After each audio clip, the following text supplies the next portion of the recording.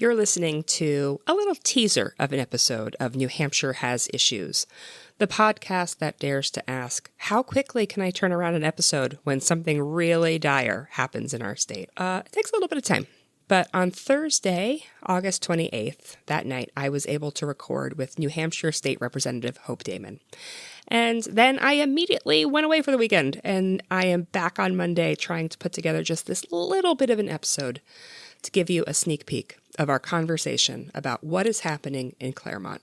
Because here's the thing, friends. What's happening in Claremont isn't going to stay in Claremont.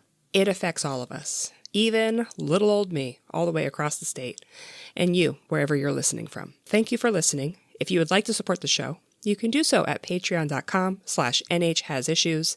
I'm including in the show notes the links directly to the Claremont School Board meetings so that you can hear the conversations that have happened, and even more important, that you can hear from the students themselves and what they're asking for, which was, please open our schools. Please let us play sports. Please fix this problem. The full episode is coming soon. Thank you for listening. As you were explaining school funding and the larger issue in our state, the entire audience was silent. I could hear a pin drop in that room as I watched the recording. You are extremely well respected. People look to you for the answers. I am looking to you for the answers of what's going on in Claremont today. I would love to say I have the answers, Liz. You do. I think you do. No? Well, I have some perspective. I wouldn't say answers. I have all the answers.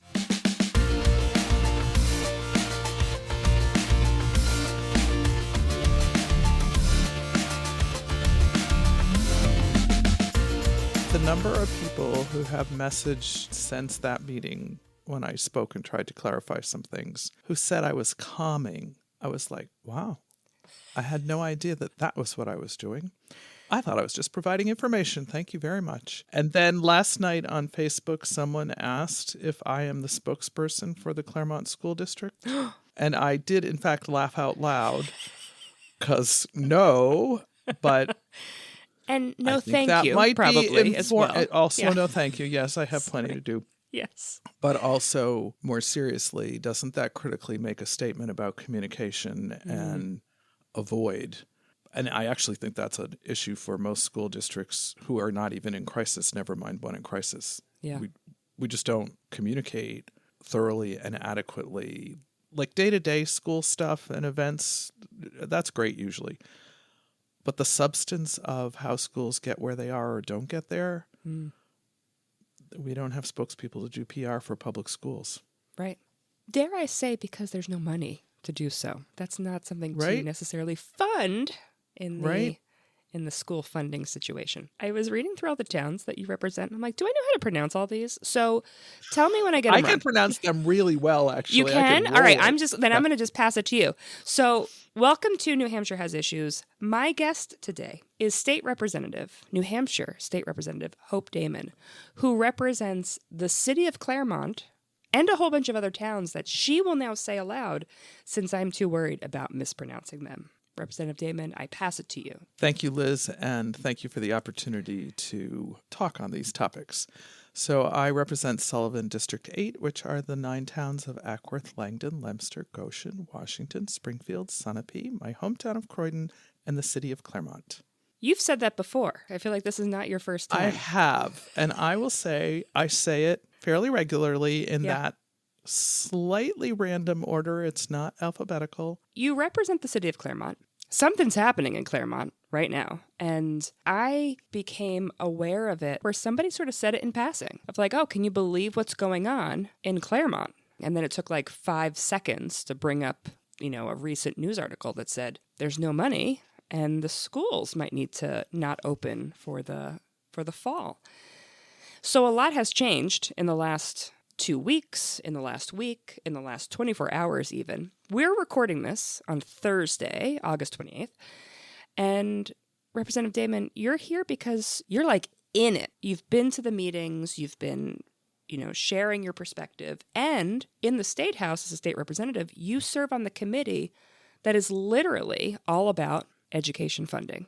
So I start with a simple question to you. What is going on in Claremont? What is happening? Why? How? Who? Give me a better understanding of what's going on over there.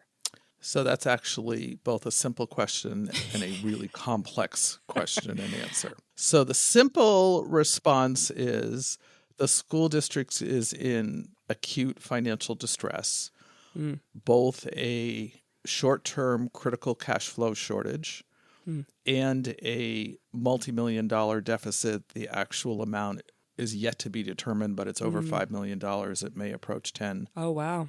And it probably reflects the last 2 or 3 years, but since audits have not been done in a timely fashion, just plain haven't been done, that's part of how we don't know how bad the situation is. But it came to a crisis point 3 weeks ago because the school board informed the community that they didn't know if schools could open because they haven't paid their debts, and they didn't know if they would be able to meet payroll. They have not paid the state retirement system or school care, which is the health insurance program for the staff, and have many vendors that they're in debt to, and it just reached this critical point. And we are a state that has a constitutional requirement for an adequate education to be provided to all K-12 students. So the very idea that a school district could say, we don't know if we can open schools, this is unprecedented territory. Yeah. It has never happened in New Hampshire. There have been school districts in financial distress and in debt, but not to this level. So that's the short version of it.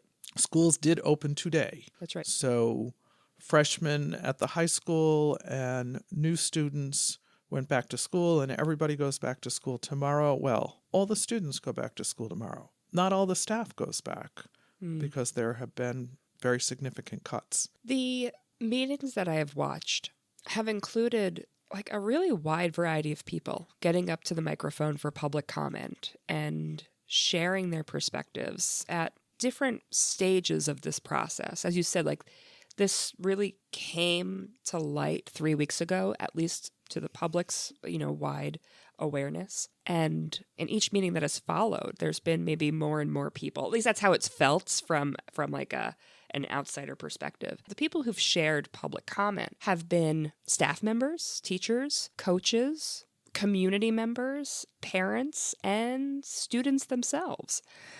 You've also shared public comment each time. What has been most surprising to you in the last 3 weeks? That's a great question.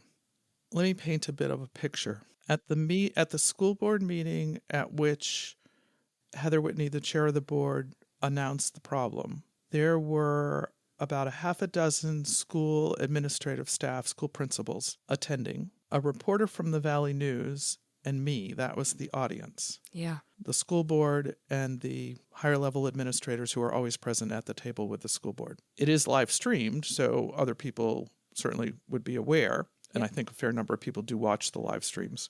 But as is not atypical, essentially very few people present for a school board meeting, which I think is true in most communities across the state unless you've had a crisis.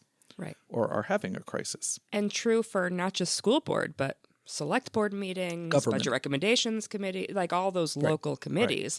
Typically there's really nobody in the room but the people who are serving. People are leaving it up to elected officials to do their job until that's not what's happening.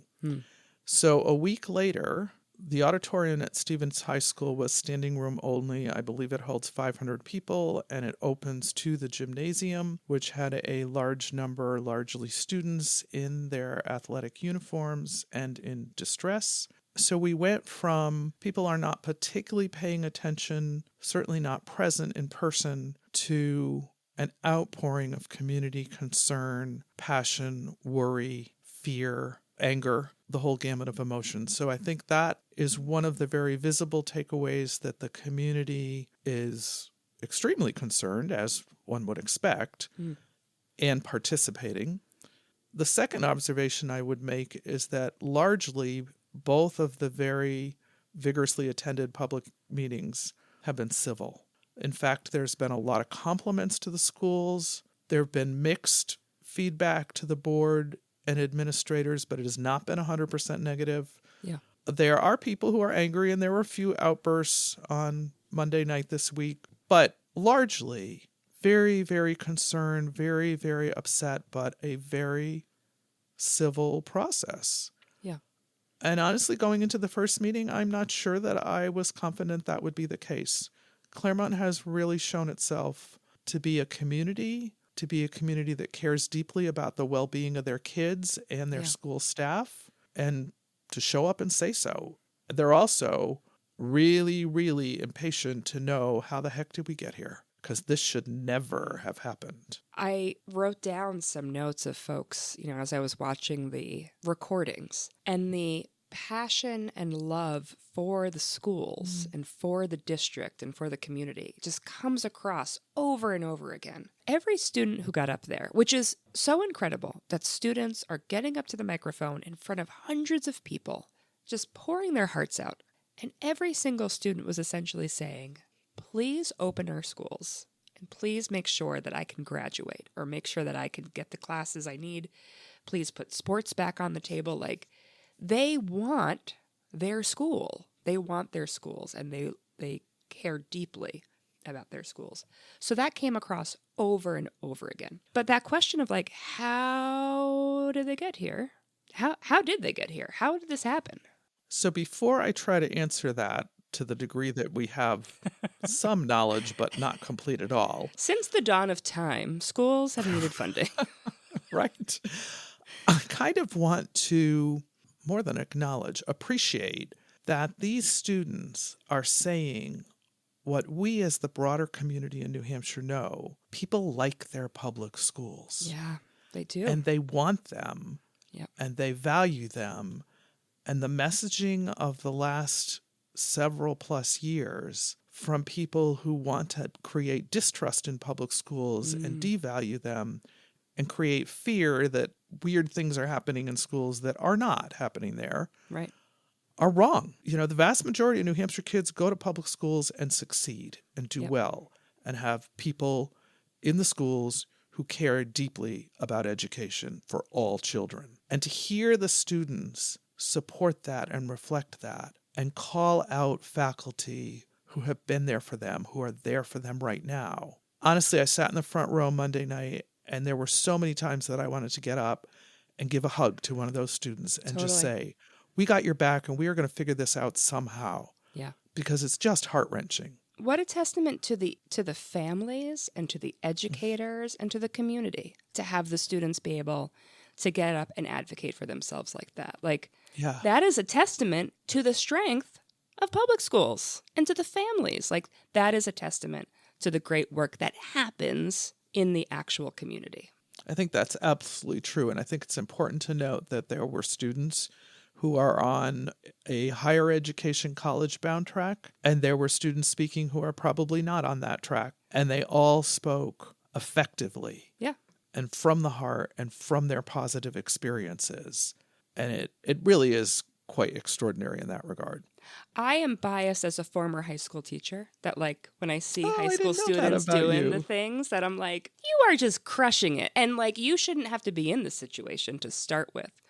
But whether they're going on to college or community college or the military or a job, you could just tell from those rooms and from those meetings that the students care deeply about their school and the community cares deeply about them.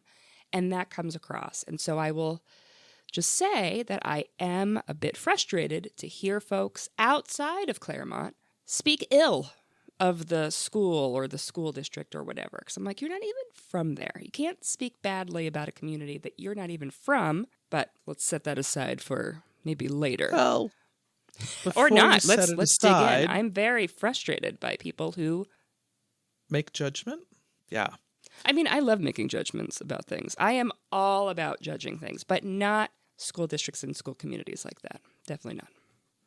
It's a deal breaker Claremont for me. Is a old mill town that is recovering from the transition from mills and industry to technology and service and tourism. And the former mayor, Charlene Lovett, would describe Claremont just a few years ago as a city on the rise, which I think it is. The old mill buildings are being redeveloped. The city has some gorgeous landscape There's a fabulous effort to create it as a mountain biking destination. There's a lot going on. But outside of Claremont, I think the reputation of the community is of a less than successful, not economically thriving community. And so I think probably when people hear about this school situation, folks outside the community are hearing about it and layering it onto that incomplete or wrong perspective. I really have come to love Claremont so much in my almost 3 years as a rep. It's a really wonderful place. So how did we get here? How do we all get here? Yeah. Yeah.